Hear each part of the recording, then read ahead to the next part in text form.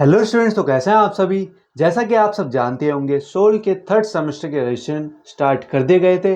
उसी को लेकर काफ़ी स्टूडेंट्स के डाउट आ रहे हैं ईआर एग्जामिनेशन के फॉर्म को लेकर। सर, ईआर सब्जेक्ट्स कैसे चूज़ करने हमें बता दीजिए। हमें ये बताइए सर कि मैं फर्स्ट सेमेस्टर में पास हूँ और सेकेंड सेमेस्टर में मैं सभी सब्जेक्ट्स में फेल हूँ, तो क्या मैं थर्ड सेमेस्टर में प्रमोट हो जाऊँगा। सर, मैं फर्स्ट सेमेस्टर के 4 सब्जेक्ट में पास हूँ और सेकेंड सेमेस्टर के 3 सब्जेक्ट में पास हूँ, क्या मैं थर्ड सेमेस्टर का फॉर्म भर सकता हूँ। सर, मैं फर्स्ट सेमेस्टर मैंने पूरा नहीं दिया, एब्सेंट हो गया हूँ, सेकंड सेमेस्टर के 3 सब्जेक्ट्स में पास हूँ, तो क्या मैं थर्ड सेमेस्टर में प्रमोट कर दिया जाऊँगा या मुझे पूरा साल करना पड़ेगा।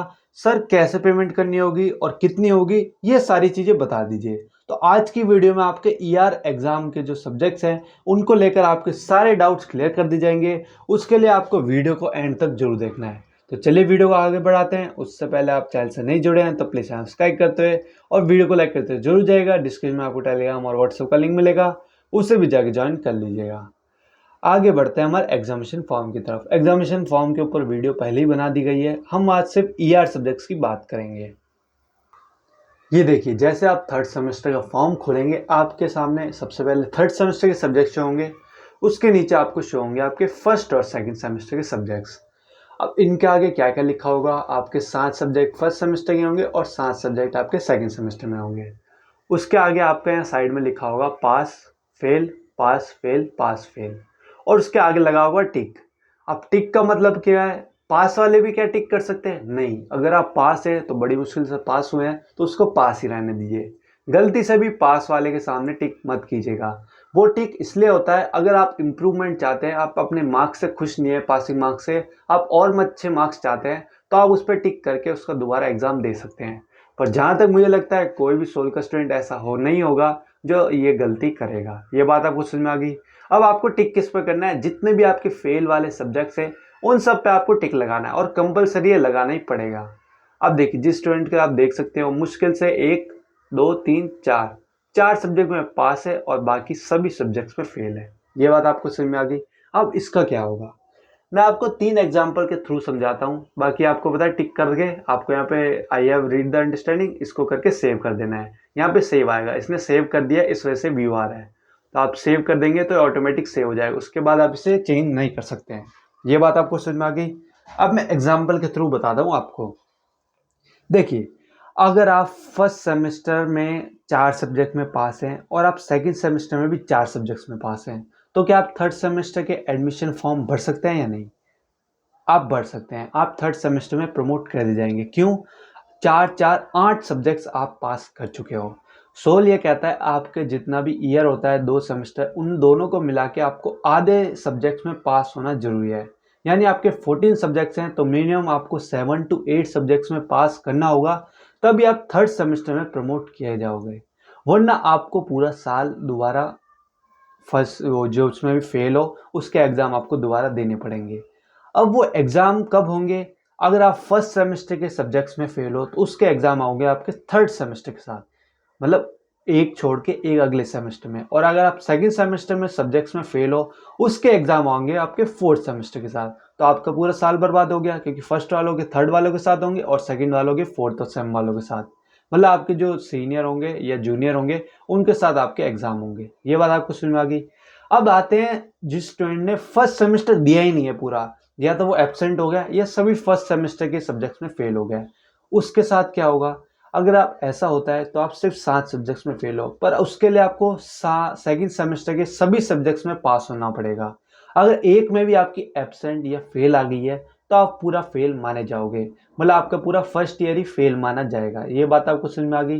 तो आपको मिनिमम 7 to 8 सब्जेक्ट्स में पास होना कंपलसरी है, भले वो फर्स्ट सेमेस्टर के 4 सब्जेक्ट हो या सेकंड सेमेस्टर के 4 सब्जेक्ट हो। मिनिमम आपको 7 to 8 सब्जेक्ट्स में पास होना कंपलसरी है। ये बात आपको समझ में आ गई कि हमें पासिंग कैसे करना है, और पासिंग क्या फॉर्म कैसे बनना है, पास फेल पे टिक कैसे करना है, और प्रमोट वाला क्राइटेरिया क्या है कि अगर आप थर्ड सेमेस्टर के, वो आपको दिखाएगा ऊपर, पर आपसे वो पेमेंट सिर्फ फर्स्ट ईयर की लेगा। वो मैं अभी आपको दिखाऊंगा आगे कि पेमेंट कितनी लेगा। अब देखिए, ये स्टूडेंट है, ये सिर्फ दो फर्स्ट और सेकंड सेमेस्टर दोनों को मिला के सिर्फ 4 सब्जेक्ट में पास है। 4 यानी 10 सब्जेक्ट में फेल है। मिनिमम कितने चाहिए थे? 7 या 8 सब्जेक्ट में पास होना चाहिए था, पर ये सिर्फ 4 का है। इसके साथ क्या होगा? अब ये जैसे ही पेमेंट पे जाएगा इसके सामने क्या ऑप्शन आता है वो भी मैं आपको दिखाता हूँ, आप टेंशन मत लीजिएगा। 10 सब्जेक्ट में फेल है, ये बात आपको समझ में आ गई। जैसा कि मैंने आपको बताया था 100 से 200 रुपये पर सब्जेक्ट फीस लगेगी आपकी ER सब्जेक्ट्स की। अब चलिए वो भी मैं आपको दिखा देता हूँ। अब देखिए जैसे ये आगे बढ़ेगा आप डेट भी देख सकते हैं, 31 अक्टूबर आज की डेट है। अब इसमें क्या लिखा हुआ है, आपको अमाउंट कितना दिया हुआ है 1820, सेमेस्टर 2 फेल्ड। अब सब्जेक्ट कितने हैं आप गिन भी सकते हैं। सेकंड सेमेस्टर के 3 सब्जेक्ट में फेल है और फर्स्ट सेमेस्टर में 4-5 पूरा ही फेल है। 7 और 3 10 सब्जेक्ट। तो उन्होंने 10 या तो 100 या 200 रुपये लगाए हैं, 500 रुपये ऐसे कुछ लगाए होंगे, तो देख लीजिएगा हिसाब। जैसा कि मैंने बताया 200 इंटू 2000 होने चाहिए थे, पर उन्होंने एवरेज कुछ रखा होगा, उसको हटाइए। अभी आपको ये समझना है, आप देख सकते हैं ये आगे बढ़ेगा तो इसके लिए थर्ड सेमेस्टर के एडमिशन की फीस नहीं मांग रहे हैं, ओनली इसको फर्स्ट और सेकंड सेमेस्टर में जो फेल है उसकी फीस मांग रहे हैं। इसका मतलब इसका थर्ड सेमेस्टर में एडमिशन होगा ही नहीं जब तक ये फर्स्ट या सेकंड सेमेस्टर के सब्जेक्ट को पास नहीं करता है। ये बात आपको समझ में आ गई कि आपको कंपलसरी है 7 से 8 सब्जेक्ट को पास करना, तभी आप प्रमोट होगे। वो आपको एग्जाम तो दोबारा भी देने पड़ेंगे, पर सिर्फ प्रमोट का जो क्राइटेरिया है वो भी फुलफिल नहीं कर पाया, इस वजह से इसको सिर्फ इतनी पेमेंट दिखा रही है। अगर आप 8 सब्जेक्ट 9 सब्जेक्ट 10 सब्जेक्ट में पास हो तो आपको ज़्यादा फीस दिखाएगी, क्योंकि उसमें आपका थर्ड सेमेस्टर पूरा ऐड होगा, जिसमें आपको 7,000 या 8,000 ऐसा कुछ दिखाएगा। ऐसा दिखाता है तो ये बात आपको समझ लेनी है, आप पास हो, आप थर्ड सेमेस्टर में एडमिशन है और जो आपकी ER सब्जेक्ट के फीस थी वो उसमें ऐड हो जाएगी। ये बात आपको समझ में आ गई।